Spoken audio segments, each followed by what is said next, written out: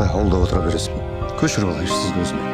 Сен күлімге дауыс көтере бермесеңші, оның артық кеткен ештеңесі жоқ. Мен сенің мамаңа қашан қабағымды түшіттім, соны айтшы маған. Үйлеріңе айтпай бекергені келген екен. Немерелерімді көріп бір қуантайын деп ойлап едім. Ескерте салыңыз керек маған.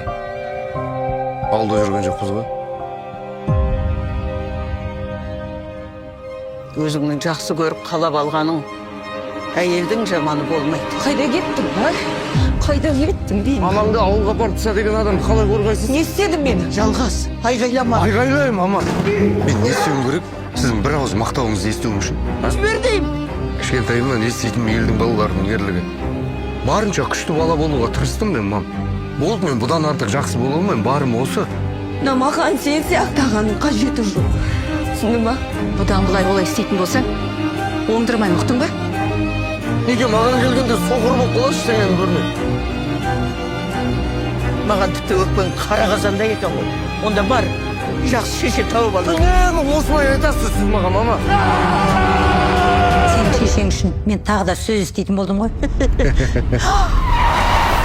Шешені мен таңдамай, маған Құдай таңдап берді.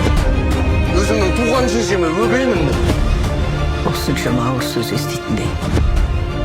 Не қорлық көрсеттім саған. Сен маған не айтқыштық қылсың?